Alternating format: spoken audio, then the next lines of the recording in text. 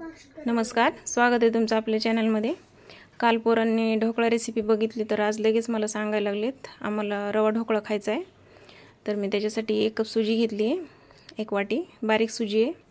आणि ते दही मिक्स करण्यासाठी मी 1 वाटी दही घेतले। थोडंसं आंबट होतं दही आणि मी दोन्ही मिक्स केले आणि मी पहिल्यांदा बनवायला लागले रवा ढोकळा। 10 मिनिट झाकून ठेवलं थोडंसं मिक्स करून। आणि मी चवीसाठी 1 मिरची घेतली आणि थोडासा आल्याचा तुकडा घेतलाय, छान चव येते। मीठ पण टाकलं चवीपुरतं आणि याच्यात परत थोडंसं पाणी टाकून आपल्याला चांगलं मिक्स करून घ्यायचं आहे। आणि 10 मिनिट ठेवल्यानंतर तो रवा फुगतो आणि छान आंबूस चव येते त्याला।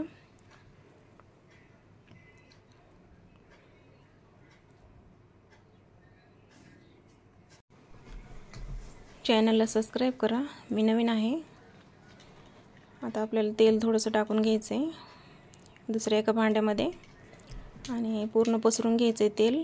आणि मी ह्याच्यात आता 1 इनो पुडी टाकणार आहे, त्याच्याने रवा फुलणार आहे चांगला। आणि इनो पुडी टाकल्यावर आपल्याला जास्त वेळ नाही आपल्याला हे करायचं, फेटून घ्यायचं। तर पटकन टाकून घ्यायचं आहे भांड्यामध्ये, जास्त बुडबुडे नाही निघून द्यायचे। तर पटकन टाकून घ्यायचं आहे। आवडला तर नक्की सांगा, चॅनलला लाईक करा, सबस्क्राईब करा। आणि कुकरमध्ये मी पाणी गरम करायला ठेवलं होतं आणि स्टँड ठेवायचं त्याच्यामध्ये एक, आणि असं 15 मिनिट ठेवायचं, आपल्याला शिजू द्यायचं आहे। शिटी काढून घेतली मी कुकरची। 15-20 मिनिटात बघू आपण, चेक करू एकदा। आणि मी दुसरीकडे कोथिंबीर घेतली आहे कट करून। तर 15 मिनिट झालेत, आपण बघू चमचा 1 मध्ये घुसवून बघू थोडासा शिजलाय का। तर शिजलाय आपला ढोकळा आता पूर्णपणे। आपल्याला काढून घ्यायचं आहे आता आणि पुढची तयारी करायची तडक्याची। पहिल्यांदा बनवलाय बघा, छान झालाय, निघला पण तो पटकन। आणि तेल गरम केले मी फोडणीसाठी। माझ्याकडे हिरव्या मिरच्या होत्या, मी हिरव्या मिरच्या घेतल्यात। आम्हाला दोघांना पण हिरवी मिरची जास्त आवडते। आणि फोडणीसाठी तुम्ही मोहरी, कढीपत्ता, कोथिंबीर घालू शकता।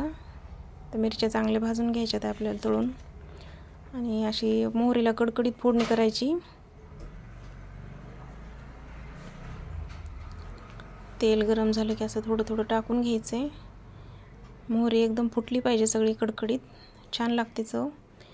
आणि मी कोथिंबीर टाकली वरून, असा कट करून घ्यायचा आपल्याला 4 भागामध्ये। पहिल्यांदाच प्रयत्न केला होता मी, छान जमलाय। आवडलं असलं तर लाईक करा, शेअर करा, सबस्क्राईब करा। हे बघा एकदम मऊ झालाय, स्पंज फुगला आहे। असं करून बघा एकदा, नक्की आवडेल तुम्हाला। थँक्यू।